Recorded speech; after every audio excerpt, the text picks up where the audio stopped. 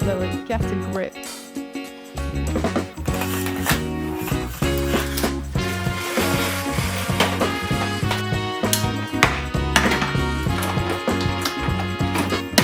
Good morning. I have not yet brushed my hair or anything, if you couldn't tell, so just going to have to excuse the state of me this morning, but this is what we're working with. So today's Tuesday, and I have a slightly random day ahead of me today. It involves knitted chickens, but not knitted chickens that I have knitted. So basically, if you have been in Ravelry, you'll be aware of the emotional support chicken pattern that was very popular for a very long time. And I can't really remember how this came about. I think my mum made one, and then she showed my nan the pattern, and it sounded right up her street, so she made one. And then my mum works in a school, and over the years, various things my nan has made have gone into school. She's crocheted blankets for loads of the kids, that are like, so that they've got somewhere cozy to be in the library. She's made loads of things with her. It's all very appreciated. She enjoys making them. The kids love having them. Win-win. And somehow chickens became introduced. I don't really know. I wasn't really part of it, but there is now a system in school where my nan makes chickens for the school. They go onto the roster, or the roost, I should say. They get parked, and then like when children have reached a certain number of stars or done something, I can't remember what the criteria is. It's all worked out very fairly. They get a chicken. I don't think they get to, not sure whether they get to keep the chicken or, I think the chicken has to still live in school in the roost. But these chickens have been like taken into their SATs test, their exams, as emotional support chickens. They just have them sat on the table with them, just sort of there, and they do genuinely use them as comfort, apparently. I think chickens may have caused a couple of fights too, if I'm not mistaken. And, you know, chickens had to be revoked when they've caused dramas. This is all in a primary school, by the way, so we're not talking teenagers here. But yeah, anyway, so the kids are aware of Chicken Lady, the lady who produces all of these chickens, but they've never met her. And as a bit of a end of term coming up to Christmas little thing, they would like to meet the Chicken Lady. My nan. So my nan doesn't drive, and she lives about 20 minutes, half an hour away from me and whatever. So obviously my mum's working in the school, so my job today is to go and collect my nan, take her to the school for the children to meet Chicken Lady, otherwise known as Nora. And then, yeah, be in the school for a little visit there. So that's a somewhat random start today. I'll be picking her up at around 10. It's currently about 7:05. So I thought that whilst I'm here, and I just have a few hours in the morning, and even though there are still a million jobs that I need to do, still some pattern writing, editing, usual stuff, desk jobs, I find it very difficult to prioritise knitting when there are other things to do, especially if the knitting isn't like a new design, because then it doesn't feel like, oh, this doesn't technically work as much, even though like working on other samples of things is, you know, working it in a way. I don't like being like, oh, my knitting is work. It feels a bit like, not arrogant, but I know this is it's a very pleasant thing to have to do as work, so I'm aware of that, don't worry. But anyway, it needs doing, and I find it very difficult to prioritise knitting, be it a new design or anything, when there's other jobs like hanging over me, and I'm very easily distracted. I know I'm terrible for that I'll just think, oh, maybe I should go and do this, or maybe I'll go out and do this in the garden, and then I'm like, stop it, Lily, get a grip. But yeah, I thought if I've only got a few hours this morning, I will just sit in this and ignore my desk jobs and get this done, because I really wanted to be able to have all of these projects finished by the end of the year. So last night I started the sleeve on this Close to Me cardigan. It's had the body and the button band done for months, which is just ridiculous, because that's the worst part.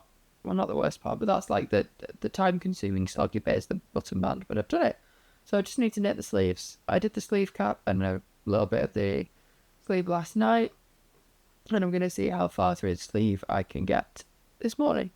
So this is where the sleeve is at currently. It's not much of a sleeve, just basically a sleeve cap. I shall check back at, what is it now, 7:21. Check back in an hour and see where we're up to.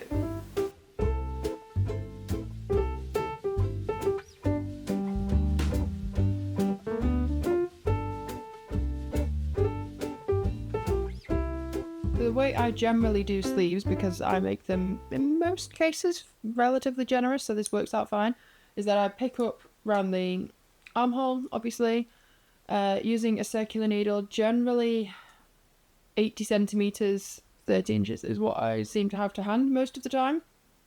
And for the first few inches of sleeve, I mean, this isn't a particularly generous one. I'm actually looking at that thinking, has my gauge gone tighter on magic loop? Because that looks on the slim side to me.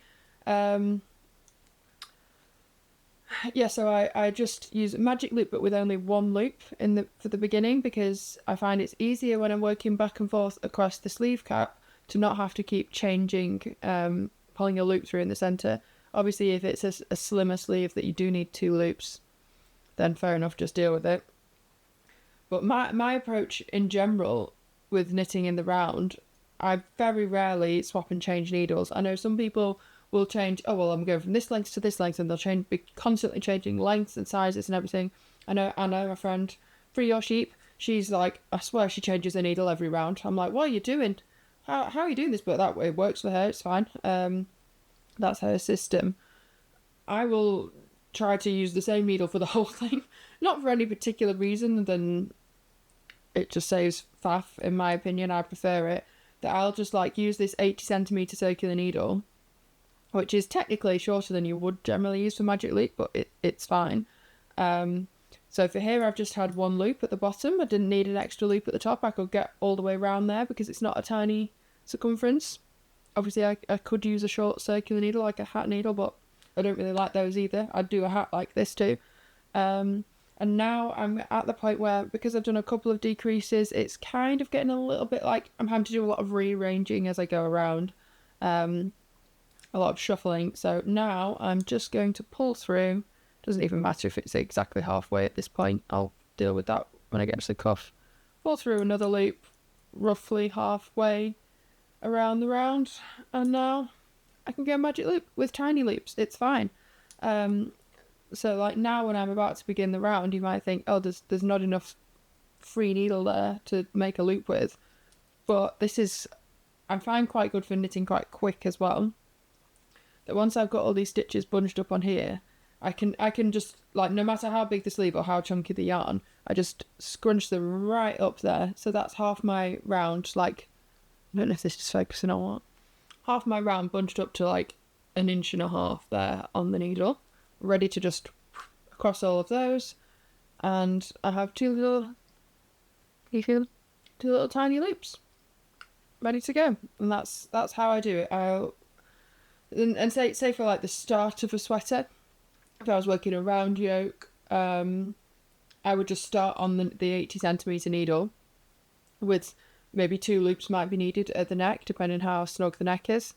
And then I'll just drop a loop once I've increased enough stitches to, fill a bit more space. And then I'll drop a loop again. So then I'm just going all the way around without any loops in it. And then just like the stitches become progressively more cramped on the same needle if I was doing a yoke. And then once you've got rid of the sleeves, then it's fine for the body as well. Like, I pretty much, just use the same needle all the time. Obviously changing needle size if need be, but not necessarily changing the length. Just pulling through loops as and when. Occasionally I use DPNs if I'm working on something really tiny, like those little Christmas decorations. The baubles, I did those on DPNs just because it was split into, the pattern very neatly split into 3 sections, so it would have been awkward to do loops. But other than that, there's nothing, there's very few things that you can't do on an 80 centimetre circular needle. I mean, it will cover you for most items, I find. So, yeah, that's how I knit my sleeves. just ready to squish down now. So for a little while now, whilst I've still got a decent number of stitches and it's a relatively short needle, it will be quite scrunched up, but that's fine. It just means, yeah, twice every round you do the whip the loop, scrunch it up, and go again.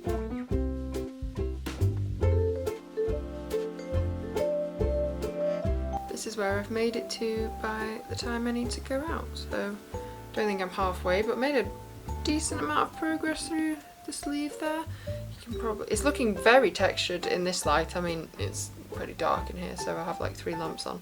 But I'm using a strand of my yarn Axis held together with a strand of Fibre Space Cumulus, which makes for a very nice fabric that isn't quite as lumpy bumpy as it looks on camera here. This section is all very lumpy bumpy because it has been scrumpled up in a project bag for a while, but nothing a good block won't fix. So let's see if I can get this sleeve finished today. That might be the challenge of the day. Forget about all of the other jobs and just see if I can finish this sleeve and maybe even start the next one. Let's make it a challenge.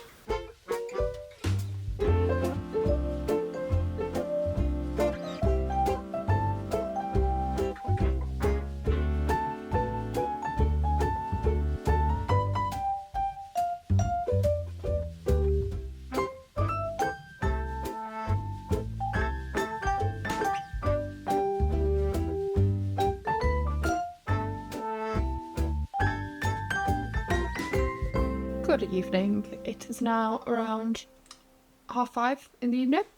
Been a good day, if somewhat random. Taking my nan to school, it was really cute. The kids were actually really sweet, which was very nice to see. They had written my nan some like little notes and cards of thank you so much, we appreciate all the time you spent making our chickens, and some other little cute things on the notes. One child handed me said, oh, there was some presents for my nan, just like little notes and a bit of chocolate or something. And then handed me a wrapped, like, individual croissant and a pack of microwave popcorn and said, oh, these are for you. So that was a bit bizarre. Don't really know what that was about, but I was like, oh, thank you, that's very sweet of you. So, I don't know why I was given a croissant and some popcorn, but there you go, children. So yeah, now home, after driving around a bit today, and faced with the dilemma of what on earth to have for dinner when the food shop's due this evening. Did a delivery, used those Nectar vouchers. So now I feel like I'm on a game of Ready Steady Cook. So I have a singular onion, 2 sweet potatoes, a singular chicken thigh, some padron peppers that probably pass the best, and 1 singular green pepper, a few carrots, and a few tins of things. So, because like, there's definitely a dinner's worth there. I'm not entirely sure what form of dinner, but I'll do my usual trick of just googling the whole list of ingredients, just googling chicken, onion, potato, carrot, whatever, see what comes up. And Google suggested some sort of spicy stew kind of thing. So we have black beans, we have tinned tomatoes. I'll just keep those kind of things on hand. So I'll put a load of spices in. Well, I don't really know what I'm doing, but Ready Steady Cook we go. Used to love that show when I was a kid. So we'll see how I get on.